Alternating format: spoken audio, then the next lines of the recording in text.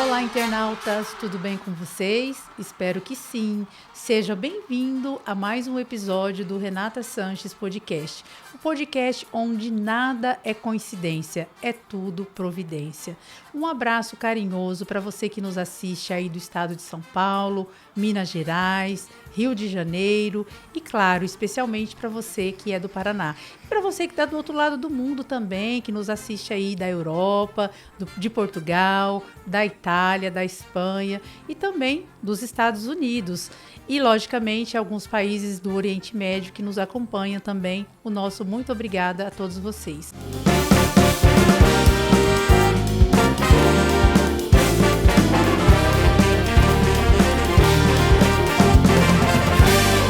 Hoje o nosso podcast está muito especial, porque nós estamos recebendo a presença de uma mulher ilustre. Tenho certeza que você vai se conectar com a história dela e vai aplaudi-la como ela merece, porque ela é uma mulher batalhadora, encantadora, lutadora, sonhadora, é mãe, é vereadora, que mais que ela é? Presidenta da Câmara e tem uma história incrível. E mais, ela é apaixonada por animais, assim como eu. Seja muito bem-vinda, Aline Ribeiro de Souza. O podcast é todo seu. Pode se apresentar, seja bem-vindo, o microfone é seu, a palavra é sua. Boa tarde. Agradeço a você de coração pelo convite. Não teria como eu não estar aqui, né? Porque é um convite muito especial, né? Falar da minha vida aqui hoje, eu quero poder acrescentar na vida das pessoas, né? Se eu puder trazer um pouquinho, poder ajudar 1%, para mim já está ótimo. Né? E vai ajudar, Aline, porque a sua história ela é inspiradora, ela é uma história brilhante. Eu tenho o maior orgulho aqui de confessar para vocês que a Aline ela é minha chefe, e uma chefe muito especial. Ela não está aqui por causa disso, mas porque nós temos uma história aí ao longo de décadas, que eu a conheço desde criança. Então, é uma história que vai conectar você com toda certeza. Vamos dar início aqui, Aline. Como eu disse, é um orgulho para mim trabalhar junto com você. Eu te admiro já há décadas. Você não está aqui convidada porque você é minha chefe simplesmente, mas porque a sua história de vida é uma história que encanta, uma história que edifica a vida das pessoas, e eu tenho certeza que vai edificar muitas vidas por aí que vai assistir o seu podcast com toda certeza. Então, nós formulamos dentro do que nós conversamos algumas perguntas e nós vamos aqui, tá bom? Tudo bem. Bom, seja muito bem-vinda novamente. Obrigada. A sua história, Aline, ela começa com seus avós, pioneiros em Inajá, certo? Certo. Como a força e os valores dessa sua família pioneira moldaram a pessoa líder que você é hoje? Olha, os meus avós, eles são meus pilares, né? Os meus exemplos. Acho que é por eles, assim, o que me motiva mais, que me dá força para estar aqui, que eu sei que se eles estivessem aqui, eles estariam orgulhosos da pessoa que eu me tornei, graças a ele, né? A eles, né? Eles sempre me ensinaram a valorizar as pessoas, né? A honestidade, o caráter e a humildade. E assim, eu conheci histórias de pessoas que eu, desde o início da cidade, quando tudo era mato, quando eles saíram de trem de Minas Gerais e chegaram até São Paulo, e de São Paulo vieram até Inajá. Então, assim, eu conheci histórias lindas, e mesmo sem ter conhecido as pessoas, eu carrego comigo, sabe? Toda essa lembrança, tem um carinho, um respeito, uma admiração e um amor por toda a cidade, todos que nela habitam. Parabéns pela resposta, Aline. Sensacional. Agora vamos mudar um pouquinho, tá? Você disse algo muito forte. Eu nunca vi minha mãe andando, mas nunca tive falta de afeto. Como foi crescer vendo esse exemplo de superação dentro da sua casa? Olha, A minha mãe, eu até me emociono falar dela, né? Porque ela é um exemplo, porque eu vejo assim muitas mulheres que andam, que têm saúde e que não representam um terço do que ela representa. Porque mesmo sem andar, eu nunca vi minha mãe andando na vida. Se eu falasse um dia que eu vi ela andando, eu nunca vi. Ainda sonho com esse momento. Eu tenho uma fé, se for da vontade de Deus, que Ele conceda para a gente esse milagre, eu agradeço. E se não for, eu agradeço da mesma forma. Assim como ela também sempre fala. Se for da vontade dele que eu venha andar, amém. E se não for, amém também. Né? E assim, a minha mãe, ela tem uma fé muito grande. E uma fé, um amor e uma força, que ela é uma guerreira, né? Ela criou eu e meu irmão, juntamente com meus avós e meu pai. E assim, ela sempre segurando a nossa mão, sendo forte e não mostrando a fraqueza das pernas por ela não estar andando. Eu nunca senti falta, assim, dela não estar nos outros lugares por não estar andando. Porque, assim, o que ela não podia fazer presencialmente, a minha avó materna estava representando ela.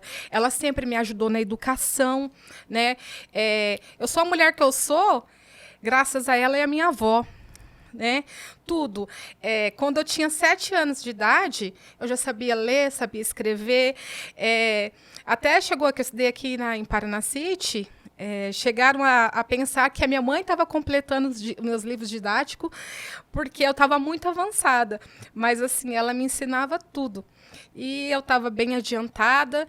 E assim também como na vida, na lida, no dia a dia. Sempre ela esteve ao meu lado, sempre me dando força. E ela nunca blasfemou, ela nunca reclamou assim. Um dia assim, que às vezes, porque a gente é falho, a gente é fraco. E às vezes assim, a gente tem um momento de fraqueza, que a gente às vezes acaba pecando.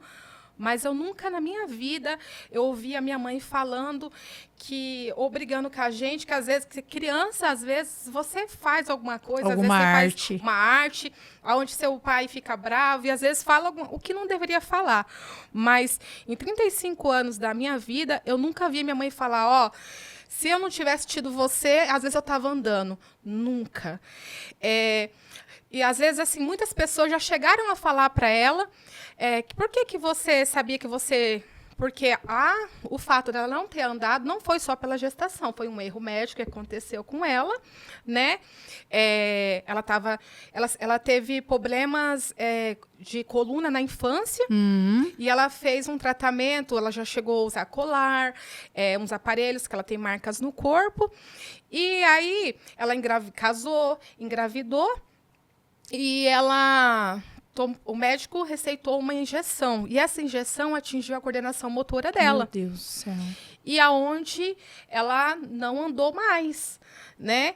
Mas, assim, e nunca eu vi, em momento nenhum, ela reclamar, ela tanto pra gente, porque muita coisa, assim, tem gente que fica tacando na cara da pessoa, porque acontece isso, se eu não tivesse feito isso, aquilo. Mas ela nunca falou isso nem pra mim, nem pro meu irmão. Eu nunca vi ela chorar e falar para Deus por que que ela não estava andando, o que ela tinha feito de errado para isso ter acontecido. Eu vejo ela orando, eu vejo ela agradecendo. E assim, no dia a dia, todos os dias, às vezes, tem pessoas que ligam para ela pedindo oração. E ela ora. Até então, antes de eu sair de casa, eu falei, mãe, eu tô indo lá na doutora, tá? Mãe, a senhora ora por mim? Ela falou, pode deixar, minha filha, que eu tô em oração por você. Assim, minha mãe é um ser de muita luz, é um ser muito abençoado. Assim, eu nunca vi minha mãe triste. Ela é luz mesmo na minha vida, na vida do meu irmão e na vida de todas as pessoas que estão à volta dela. É isso mesmo. As poucas oportunidades que eu tive de estar presente, de conversar com ela, ela é luz, ela representa luz. Sem contar o coração, né? O quanto ela gosta de animais, assim como você. Sim. É uma bondade em pessoa. Minha mãe é maravilhosa. É isso mesmo. Mesmo sem andar, ela sempre foi a autoridade máxima da sua casa, certo? Sim. Qual foi a lição mais importante que ela, com a sua condição, conseguiu te ensinar sobre ser forte e sobre o verdadeiro significado de cuidar de alguém? Olha, eu sofri um acidente, né, em 2012. Dia 7 de abril, não Dia foi? 7 de abril de 2012. Eu vim aqui na pizzaria, né, até no Valdemar. E assim, tudo em família, assim, a gente veio comemorar uma conquista do nosso amigo Jurandir, que ele estava comprando uma casa. E na volta, aconteceu, por volta de umas 10h20, mais ou menos, aconteceu o acidente, né? E assim, foi algo que mudou a minha vida, né? Eu renasci, né? Eu perdi a minha melhor amiga, uma das melhores, porque assim, graças a Deus eu tenho algumas amigas muito verdadeiras na minha vida que eu posso contar. E assim, a Patrícia foi uma pessoa que eu senti muito, sofri muito, né?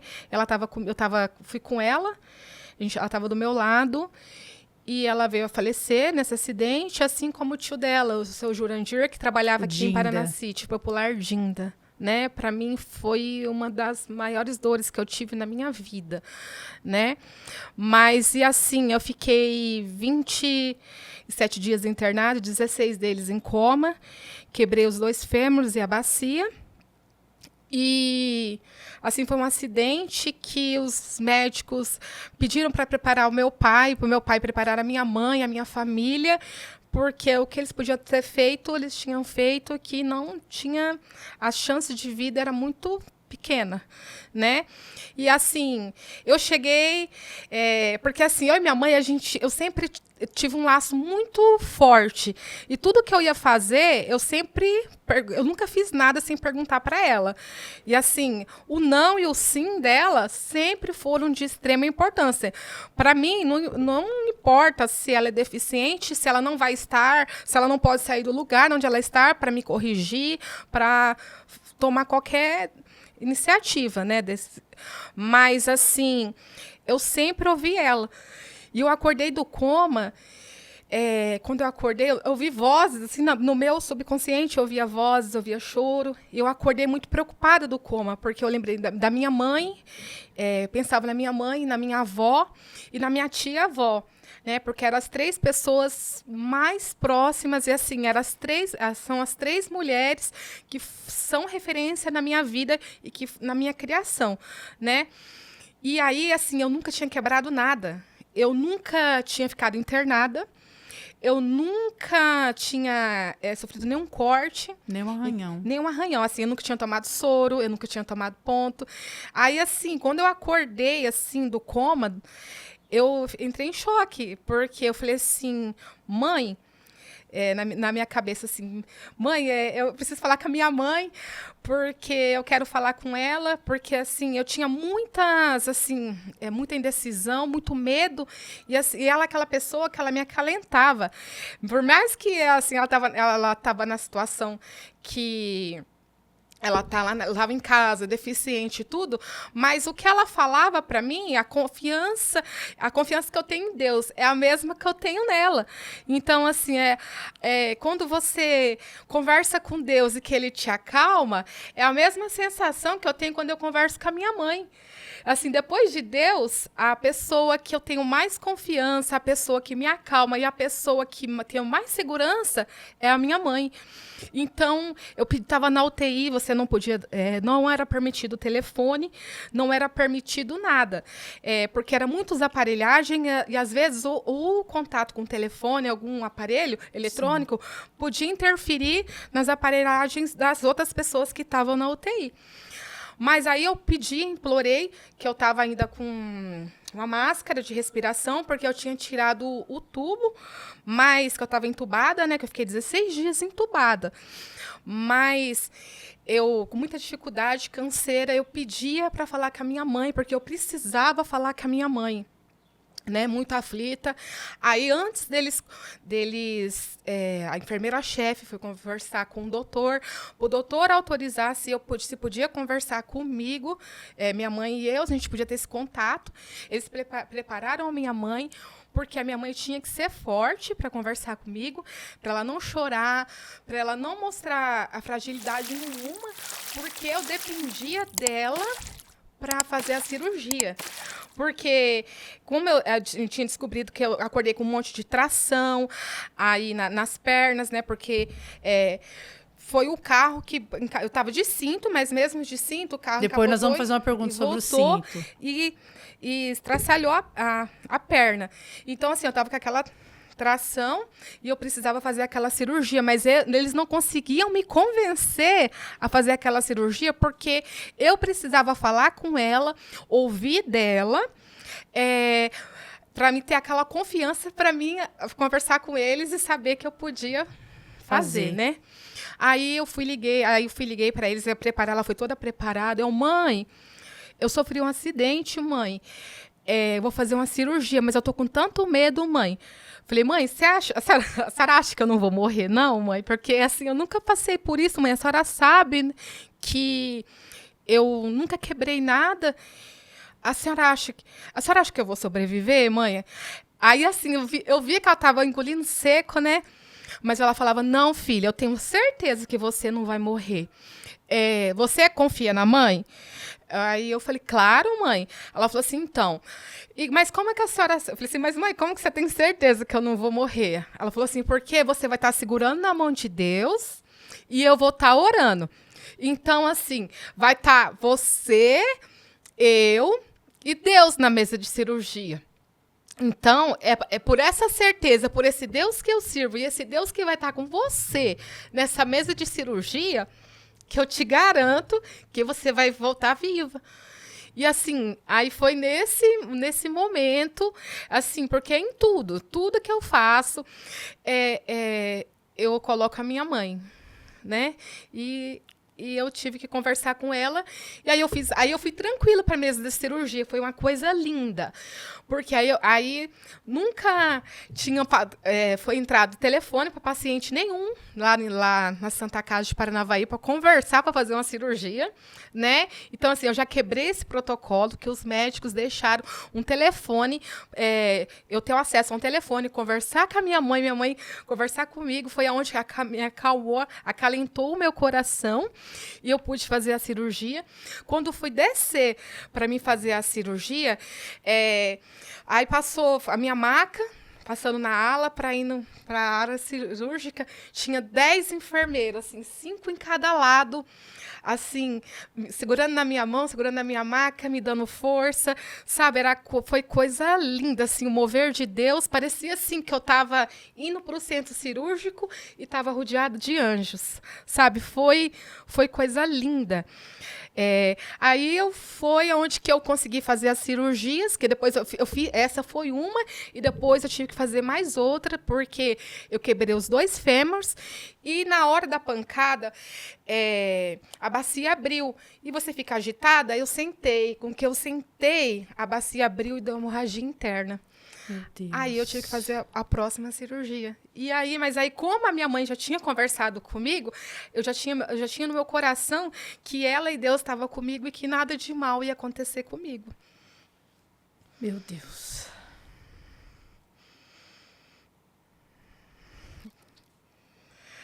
Emocionante, Aline, seu testemunho. Parabéns. Obrigada.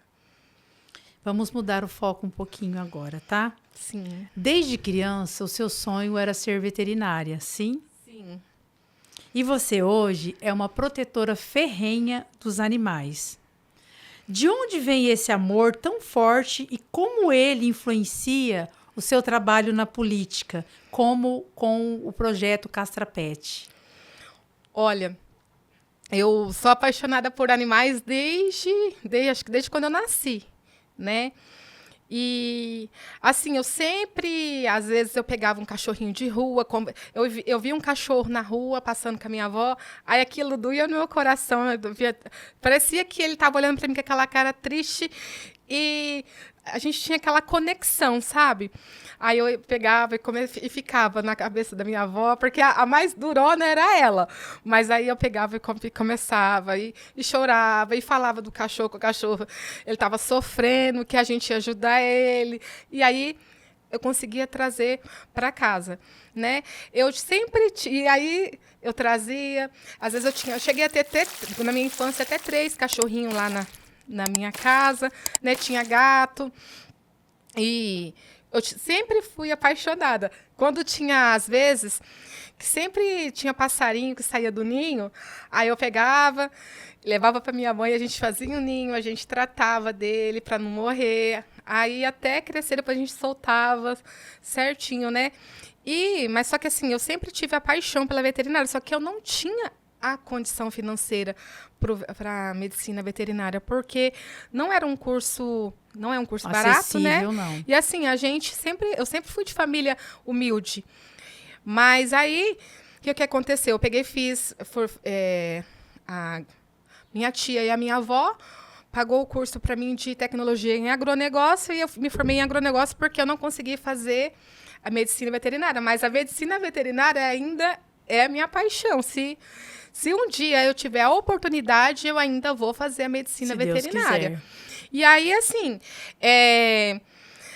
no dia a dia, fui crescendo, fui criança, adolescente, eu via cachorro de rua, o que eu podia fazer, eu sempre fiz, né? Sempre cuidava. Às vezes, procurava uma pessoa para adotar aquele animal, seja cachorro, se era gato. Eu convencia aquela pessoa a ficar com o animal. E uma vez, o que me tocou, por quê? Porque eu pensei assim, né? Uma autoridade, ele tem mais força, né? Porque às vezes buscar um deputado, um poder aquisitivo a mais para estar trazendo para o município, para ele estar ajudando os animais. Porque assim, cachorro e gato não vota. Mas se você, como ser humano, não tiver compaixão e piedade do animal que ele está sofrendo, que ser humano você né? Porque ele não pediu para vir ao mundo. E se ele está na rua, ele tinha um dono. E ele foi descartado. Assim também como eu luto para quem coloca na rua, um dia seja punido, né? Que venha fazer valer, criar uma lei e que essa lei venha ser punido as pessoas que cometem esse ato. Porque é desumano. E uma vez, eu lembro, acho que mais uns 10, 12 anos atrás, que eu tinha mais outros protetores animais, a gente até chegou aí na Câmara de Vereadores para conversar, né? Porque cada dia que a gente via mais animais abandonados. E assim, o animal ele tá abandonado, uma cachorra, ela tá na rua, daqui a pouco ela entra no cio, ela já tá na rua sozinha. Aí ela pega a cria, aí vai ser ela e os filhotes. E se tiver filhote fêmea, aí vai só proliferando, vai crescendo. E aí você vê assim que tem as doenças, tem as zoonoses, tudinho, e é de cortar o coração. O animal ele não pediu para estar passando por aquilo, né? E aí a gente um dia foi na Câmara conversando, a gente se reuniu, todos os protetores. É triste que a gente chegou até a ouvir que o cachorro não votava, né? E assim, eu falei, bom, o cachorro não vota, mas eu voto, né? O dono vota, e né? O dono vota. E assim, quantas pessoas humildes que tem cachorro, às vezes também que não tem um muro, não tem um quintal fechado, e às vezes entra no cio o cachorro e acaba pegando cria também. A gente também pensa até às vezes no cachorro da pessoa que tem um cachorro e às vezes ele está na rua porque não tem um quintal fechado. A gente tem que pensar em tudo. E aí eu entrei na política em 2020, né? Não fui eleita. Agradeço de coração os 96 votos que eu tive, porque foi 96 votos de coração, porque o que eu tinha mesmo era... E você só não entrou por causa de legenda também, eu fui eleita, eu fiquei em 9º lugar, mas a legenda não permitiu que eu entrasse, né? Mas, assim, foi 96 votos maravilhosos, pessoas que acreditaram na minha capacidade. E eu peguei e pensei comigo, eu não vou desistir, eu vou dar continuidade e eu vou buscar ajuda. E eu tinha visto que o deputado Thiago Amaral, ele tinha uns projetos sobre o castrapet. Eu falei, bom, eu preciso de um apoio político, né? Ele também precisa de um apoio político, porque ele vai disputar a reeleição. Eu estou vendo que ele tem um projeto da Castra Pet. Eu sou apaixonada por animais. Eu vejo a necessidade desses animais aqui do nosso município, que tá tanto cachorro como gato, que eles precisam urgentemente de uma castração, porque isso daqui a pouco vai multiplicar, vai triplicar e vai virar uma coisa de louco. Muitos animais abandonados, tanto os que estão na rua, quanto os das famílias carentes também. A gente tem que pensar em tudo. Aí deu certo que ele me convidou para estar indo no gabinete dele em Londrina. Na época era eu, meu esposo e o Maicon, que nós três saímos de Inajá e fomos até Londrina ter uma conversa com ele. Aí um dia antes, a gente é inexperiente, nunca tinha sido política, porque eu não tinha ganhado ainda, né, na campanha. Aí eu fui pesquisar como é que fazia um ofício certinho. Aí eu fiz um ofício, montei um ofício, pedindo para ele um Castra Pet e pedindo outras coisas que eu achava que era necessário no nosso município, né? Aí, chegando lá, ele recebeu a gente, porque ele é muito humilde, uma pessoa maravilhosa. Ele recebeu a gente como se a gente fosse do mesmo nível dele, sabe? Assim, não como se a gente fosse só um cidadão, mas ele nos ouviu. Ele falou assim: olha, Aline, eu vou falar para você. Eu falei assim: eu sei que eu não fui eleita, mas assim, eu tenho força, eu tenho vontade, eu vou arregaçar minhas mangas, eu vou lutar por você, para que você consiga chegar lá. Mas olha pelos cachorrinhos da minha cidade, olha pelos gatos, porque a gente olha assim a situação, que eles olham para a gente com um olho tão triste, pedindo socorro. E assim, eu tenho muitos animais no meu lar que eu já adotei, mas a gente não consegue pegar tudo, né? Falou: não, Aline, vamos fazer o seguinte, vamos marcar outras oportunidades ou reuniões para a gente estar aqui conversando de novo, mas a primeira coisa que eu vou mandar, o primeiro recurso que eu vou mandar para Inajá vai ser um Castra Pet. Tá? Vai ser em seu nome, porque você está pedindo aqui para mim hoje. E pelos animais de Inajá, esse Castra Pet vai chegar aí. Eu falei: e eu vou honrar esse voto de confiança que você está me dando. Que legal, Aline. E assim você conseguiu. E assim conseguimos. E assim tá para vir outro Castra Pet também para Inajá, para dar a segunda. Isso, Aline, isso é muito importante. Sim. Que sirva de exemplo assim para outros políticos de outras cidades vizinhas também, que possam fazer o mesmo papel que você faz, porque é muito triste a realidade dos animais abandonados. Eu não sei como uma pessoa consegue abandonar, na verdade, né? Porque o olhar deles é pedindo misericórdia, né? Eu acho que por isso que você tem essa força, essa garra, você tem essa mulher empoderada que você é. Eu acho que é em razão desse amor que você tem, que Deus protege quem ama os animais. Amém. E eu sou prova viva disso. Voltando um pouquinho sobre o seu acidente, tá? Você tinha 22 anos, é isso? Sim. Foi um acidente grave, de repercussão regional. Eu fiquei muito abalada com o acidente, porque eu perdi um grande amigo. O Dinda era um dos meus melhores amigos, um dos primeiros clientes que eu tive. Então, eu tenho um respeito, um carinho por aquela família que você não imagina. Por todos que lá já viveram, o seu José, enfim, a família inteira. Como você disse aí, os médicos pediram para sua família se preparar para o pior, porque Sim. Era uma situação grave a sua também, né? 2 pessoas tinham falecido no mesmo acidente. Vocês estavam em 5, é isso? No nosso carro era 4. Era 4. Era eu e a Lucy, e a Patrícia e o Dinda. Nossa, ficaram 2. Eu e a Lucy. 2 sobreviveram. Olha, para ir, eu fui... Porque assim, a gente... Fala assim, Inajá, Paranacite, a gente não tem o hábito de usar o cinto de segurança, né? Para vir de Inajá, Paranacite, eu vim sem cinto. Do CTU, onde era o antigo CTU, para voltar, eu não vou negar, veio uma voz na minha cabeça. Naquele momento, quando eu estava saindo, na saída, uma voz veio na minha cabeça e falou assim, ó, coloca o cinto. Aí eu peguei e falei assim, o cinto. Aí eu peguei e falei, Paty, ajuda eu a colocar o cinto. Onde está o cinto? Eu puxei o cinto.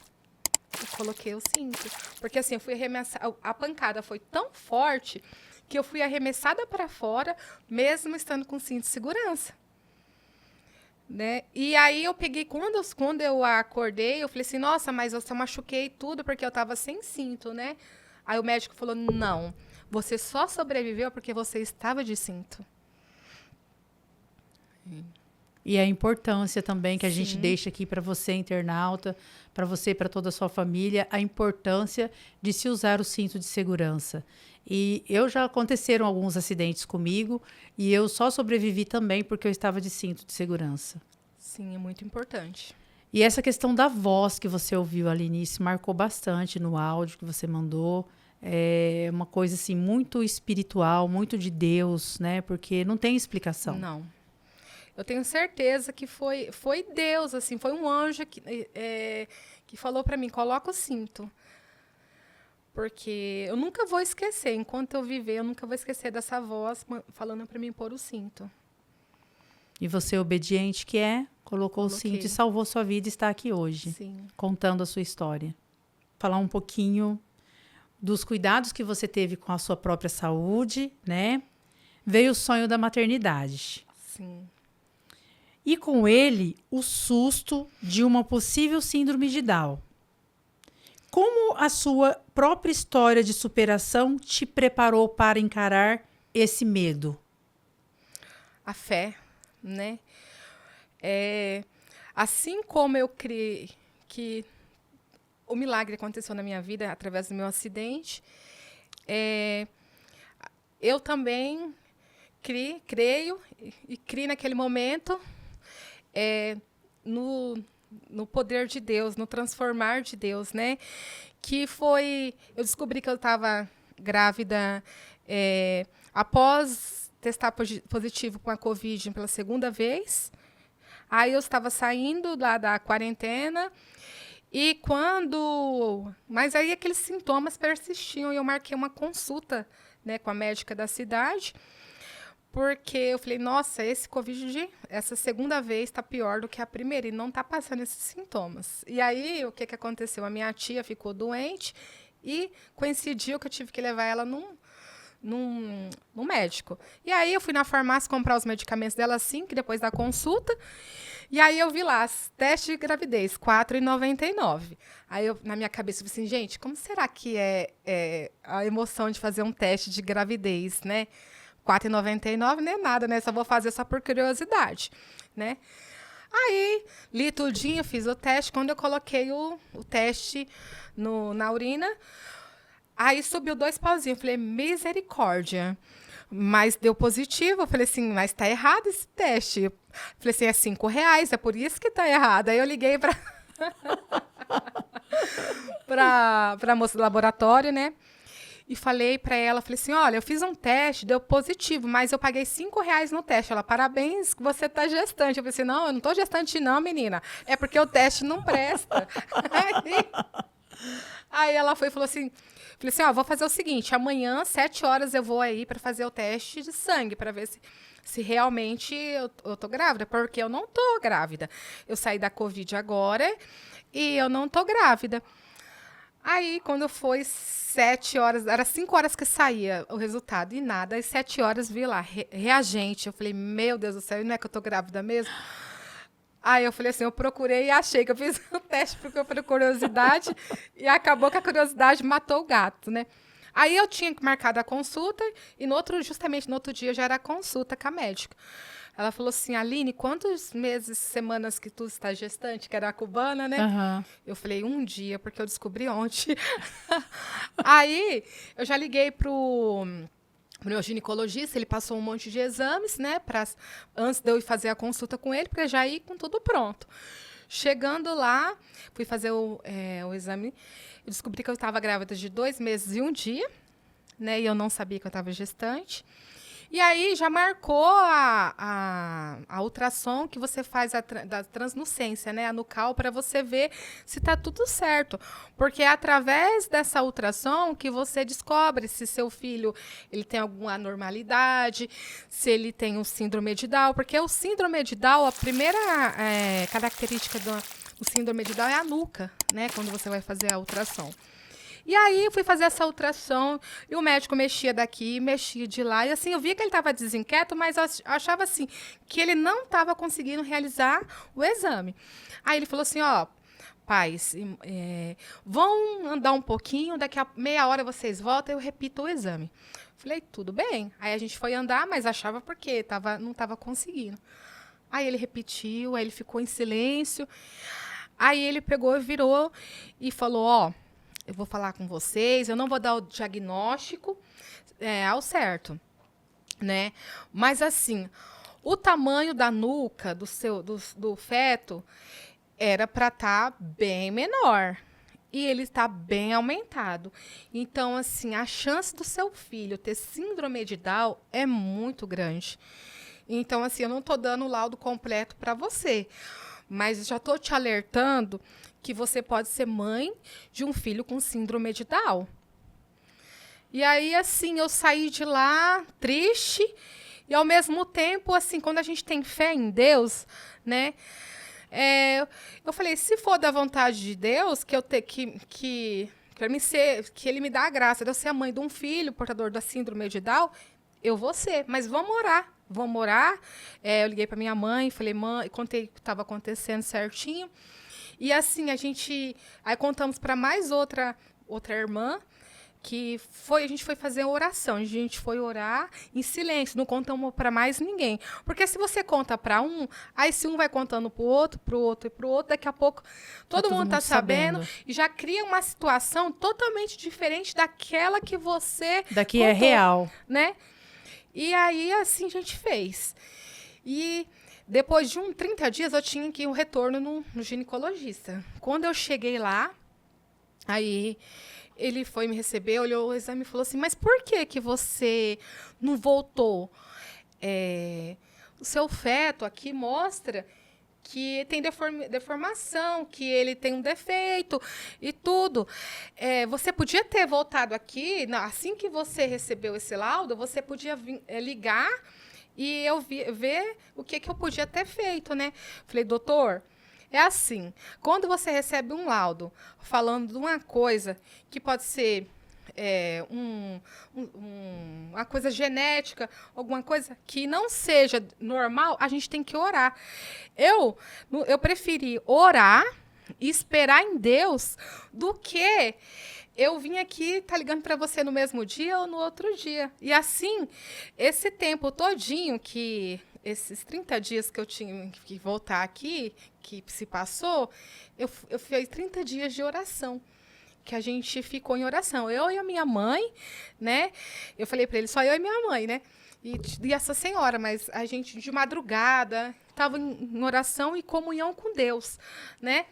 E aí ele foi e falou assim, ó, tem umas clínicas que são de confiança minha, que quando você faz os exames, são bem precisos os resultados. Então, vou fazer o seguinte, todos os exames que eu passar para você, você vai fazer só nessa clínica.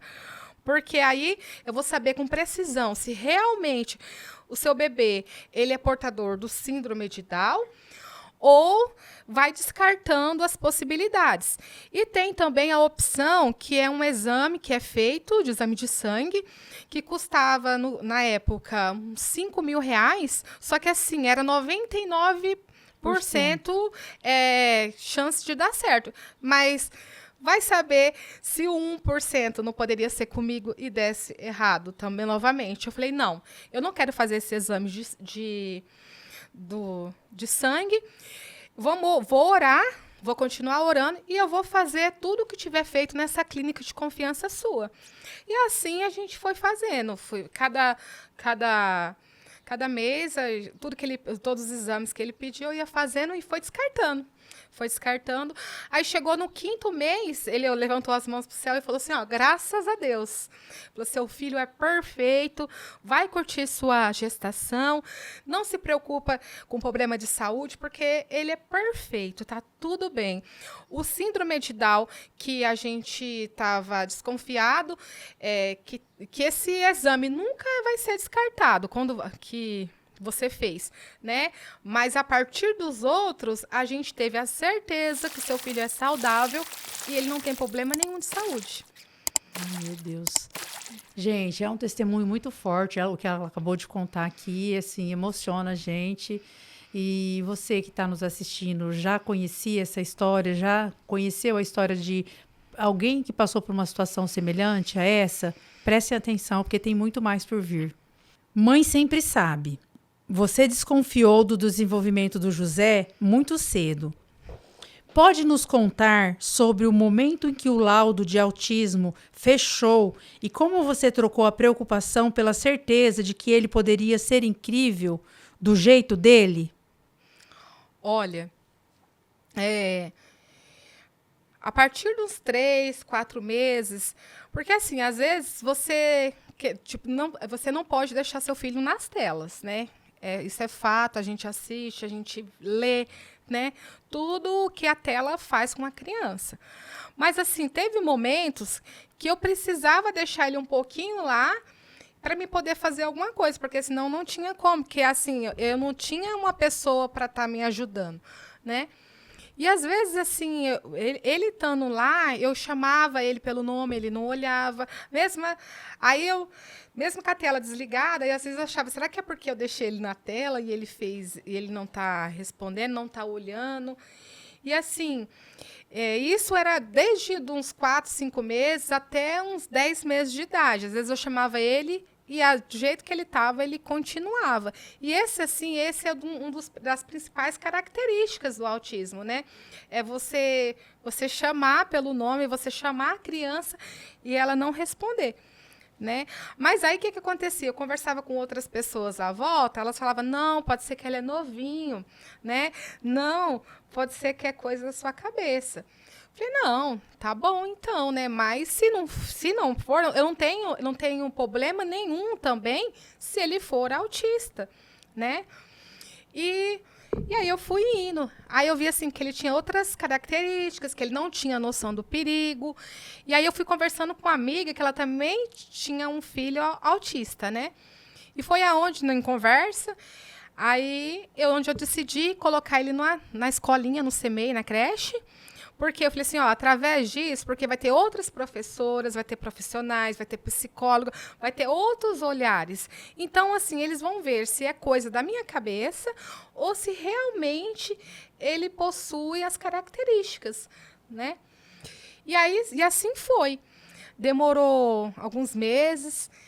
Aí chamaram eu e meu esposo na escolinha e chamaram assim, bem apreensivo, sabe? Porque para eles, não é todos os pais que aceitam, né, conversar e falar que a criança tem alguma coisinha que não é normal, que tem alguma dificuldade. Às vezes acha até que a professora ou a profissional está colocando coisa onde não tem, né?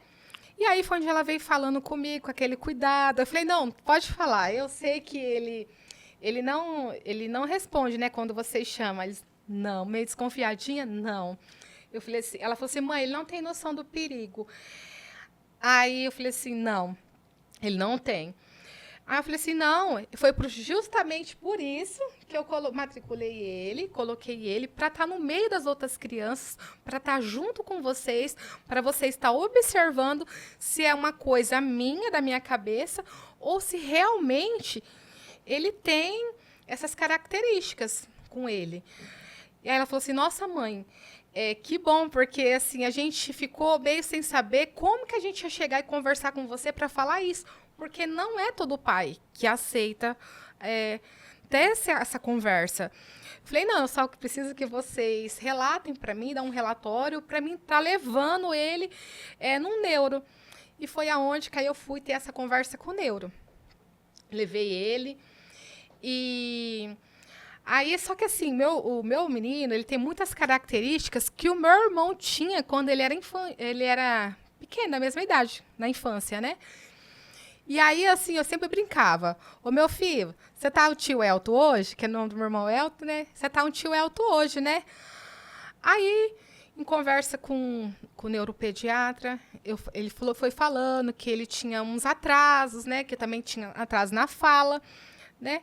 E aí, eu fui e falei assim, ó, doutor, só que assim, ele tem muita... Ele fica gesticulando, igual o meu irmão tinha tudo isso, muita coisa que ele faz, o meu irmão tinha na infância. Ele foi, parou, falou assim, quantos anos seu irmão tem? Eu falei, hoje ele tem 34 anos. Você sabia que seu irmão é autista? Eu falei, não. Falou assim, ó, vamos fazer o seguinte, eu vou passar. Eu falei assim, e agora, doutor? Porque ele tem que procurar um neurologista? Ele falou, não. Hoje, com o avanço, com a tecnologia, com a descoberta do autismo, porque a descoberta do autismo não é uma coisa que vem há tempos, né? É uma coisa nova. Mas, Pelo assim, menos que tenha tomado esses rumos atuais, né, Aline? isso. Que alguns psiquiatras se especializaram na parte do autismo. E aí eu vou passar para você 2 endereços para você estar procurando esses profissionais. Você está marcando para ele uma consulta. E aí depois eles vão marcar avaliação, teste para descobrir se ele realmente é autista. E assim eu fiz, fui conversar com a minha mãe, para falar para minha mãe, explicar para minha mãe que o meu irmão também poderia ser autista. E isso foi libertador. Porque assim, a minha mãe falou assim, nossa, nunca na minha vida, mas também, né, há 34 anos, como é que eu ia saber que o Elton era autista? Eu via que ele era diferente. Minha mãe falava, eu e a minha mãe, que é a minha avó, a gente achava que era diferente, mas a gente não sabia que isso era autismo. E assim, hoje o meu irmão faz terapias. O meu irmão, ele trabalha há 16 anos numa usina. Ele é super inteligente. Ele é técnico em meio ambiente, ele é técnico em segurança do trabalho. O meu irmão, quando ele lê um livro, parece que ele come o livro, que ele fala tudo assim com clareza. Ele tem altas habilidades Nossa, em algumas disposições. É demais. Tem hora que eu brinco com ele, falei, Elton, passa um pouco dessa inteligência para mim, que eu não consigo acompanhar a sua inteligência, Elton, que é demais.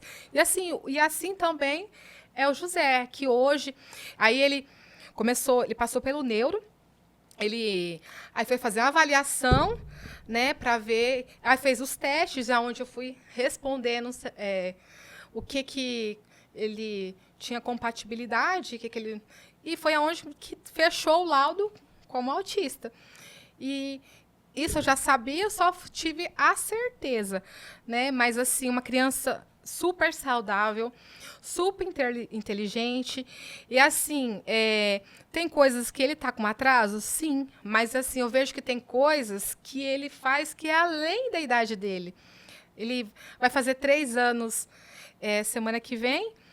Ele conhece letras, números, cores, fórmulas. E assim, você tem que tomar tudo que você vai fazer, você tem que tomar muito cuidado, porque dependendo do que você vai fazer, quando você sair, ele vai lá, ele faz tudo igualzinho. É até bonito de ver, porque ele faz com toda a perfeição. Então, assim, ele é muito observador. E em conversa sobre o autismo, como eles me disseram, os profissionais onde eu levo ele lá na clínica, que o atraso, ele não vai ter atraso, porque eu levei ele cedo, né? Quando você descobre cedo, que você procura, que você investiga, então a chance de não ter atraso é muito grande, né? E assim, ele começou com algumas terapias, e aí eu vou voltar no neuro para estar fazendo os profissionais dar o laudo com o desenvolvimento dele e para estar passando de acordo com a necessidade dele para outros profissionais. Mas, assim, a evolução que ele teve é muito grande e que ele está tendo com as terapias. É muito importante. Então, assim, quem tem um filho autista tem que procurar, sim, ajuda, porque é importante, porque quem ganha com isso é a criança. Assim como se você não procura, quem sofre é a criança. Sim. O José é uma criança super inteligência e cheia de potencial, como você já disse aqui. Como mãe e presidenta da Câmara, quais são os seus maiores sonhos para criar uma sociedade mais acolhedora e inclusiva para todas as crianças atípicas? Olha, o meu sonho era que a gente conseguisse, aos poucos, ir trazendo esses profissionais para o nosso município, né? Ou se a gente não conseguir trazer esses profissionais para o nosso município, especializar os profissionais que estão no nosso município para estar sabendo lidar com essa nova geração, porque o autismo, o TDAH, o TOD, cada dia que passa a gente vai ver mais crianças com essas limitações, né? E assim, para mim é um sonho ter uma PAI futuramente no nosso município. Mas enquanto isso não seja possível, porque pela quantidade de munícipes, de habitantes do nosso município, que a gente venha conseguir trazer fono para o nosso município, principalmente fono, porque o primeiro atraso que essas crianças têm é na fala. Fono, mais vagas com neuropediatras, porque isso é muito importante. A gente sabe que é muito limitado e quanto que uma mãe sofre esperando na fila, porque nem todo mundo, as mães de baixa renda, elas têm condição de pagar um neuropediatra, porque é R$500, R$600, e às vezes é só o pai da família que trabalha, né, para o sustento da casa, e às vezes tem 1, 2 ou até 3 crianças na casa. Então, assim, a gente tem que bater em cima para estar lutando para trazer mais neuropediatras no nosso município, fonoaudiólogos, psicologia ABA, psicomotricidade, tudo que a gente puder trabalhar com essas crianças, a gente conseguir trazer é enriquecedor para todas essas crianças. Parabéns pela resposta, Aline. E vamos aí caminhando para as últimas perguntas, tá bom? Hoje, você não é só vereadora, mas é presidenta da Câmara. Na prática, o que esse cargo representa para você e qual é a principal missão que você carrega? Olha, é muita responsabilidade, né? E, assim, é um cargo... não só presidenta, né, como vereador, porque assim, é a confiança da população na sua capacidade de trazer o melhor para o nosso município, né, junto com o prefeito, com o vice, né, a gente buscar recursos, buscar trabalhar primeiramente para os mais necessitados, porque a gente, como cidadã, eu, como cidadã, o que eu pude fazer para ajudar o próximo, eu sempre arregacei as minhas mangas para ajudar. E como ser humano, eu vou morrer fazendo isso. Porque a minha missão na Terra é ajudar quem precisa, independente de quem seja, né? Mas como presidenta, eu tenho que lutar mais ainda por essa classe social, para os que são, às vezes, esquecidos, para a classe social, para a classe baixa, né? Porque muitas vezes elas não têm oportunidade, né? E a gente tem que buscar essa oportunidade, buscar a igualdade e buscar um Inajá cada vez melhor, né? Junto com o prefeito, junto com o deputado, para trazendo recursos e trazer o que for de melhor e de acessibilidade para o nosso município, porque todo mundo merece. Inajá é uma cidade que eu amo, é uma família, né? Na verdade, para a gente. Aline, você é sensacional, você só está demonstrando isso, tenho certeza que quem está assistindo a gente nesse momento assim, está orgulhoso da sua história, do potencial que você tem e do que você pode, aonde você pode chegar ainda, porque é muito mérito seu, tudo isso que você passou, tudo isso que você viveu e tudo isso que você está passando agora, é de coração, viu? Eu que agradeço. Vamos lá. Olhando para trás, para a menina que sonhava em ser veterinária, para a jovem que sobreviveu ao acidente e para a mãe que você é hoje, o que você diria para aquela Aline do passado? Na verdade, para mim, é assim, eu não tenho nem palavras para descrever assim o quanto que Deus trabalhou na minha vida, né? Que eu era uma pedrinha e eu virei uma rocha, né? É assim, a força, eu nunca imaginei que eu teria essa força que eu tenho hoje. Mas assim, quando você tem Deus, Deus vai te enchendo, enchendo, enchendo, enchendo, e você vai se transformando, né? E assim, eu só tenho a agradecer a Deus por tudo que Ele fez, né? Porque assim, às vezes você tem que agradecer a Deus até na hora da tristeza, né? Na dor. Porque na dor Ele me transformou e Ele foi mostrando para mim a pessoa que eu poderia ser, né? E assim, às vezes, assim, muitas vezes você tem tudo e você acha que você não tem nada. E quando você passa por tudo isso, você descobre que às vezes o que você podia fazer era agradecer ao lugar de reclamar. E assim, Deus me transformou de uma forma tão incrível que assim eu aprendi a ser grata, eu aprendi a ter mais fé, a confiar e assim, às vezes eu passo a prova porque é constante, não é só essas. Diariamente eu vou passando por lutas, por provas, muitas delas você presencia junto comigo, que eu passo. Só que assim, a fé em Deus é tão grande que assim você passa leve, né? Porque assim, quando você tem uma fé em Deus grande e você sabe, você confia, você sabe que você está certa e você vai pelo certo, tudo flui, né? E é assim, é o agir de Deus. Eu às vezes nem acredito em quanta prova, quanta luta, quanto que eu passei, né? Mas assim, eu vejo assim que Deus, eu segurei na mão dele, confiei e fui fiel a ele, que ele me honrou em todas as etapas da minha vida. E eu acredito assim que tem muita coisa ainda que ele vai me honrar.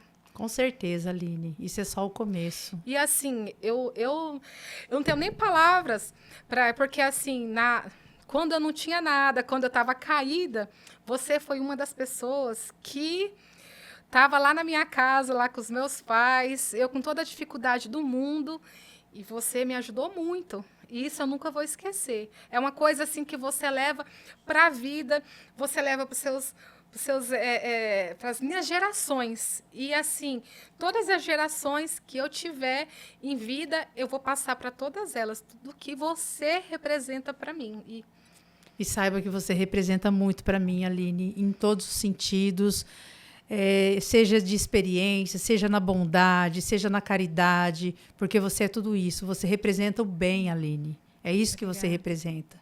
Eu tenho muito orgulho de ter feito parte da sua história e muito orgulho que você também tenha feito parte da minha, porque é recíproco, eu tenho certeza disso. Esse respeito, esse carinho, essa gratidão que você expressa, isso é muito bonito e muito significativo para mim. Pode ter certeza absoluta. Que agradeço. Eu não tenho nem palavras para agradecer por estar aqui hoje, por estar compartilhando esse momento com você. Para mim, é um momento de muita gratidão, porque ter a sua história contada aqui, Aline, já era um desejo antigo, mas tudo tem o seu momento certo. E hoje era o momento certo disso acontecer. Você pode ter certeza. Muito obrigada de coração. Eu que agradeço. Tá? Então, para a gente finalizar, eu gostaria que passasse umas fotos que a gente separou, só para você fazendo um breve comentário de cada uma delas, para a gente finalizar com muito sucesso esse seu episódio, que com certeza vai ficar na história.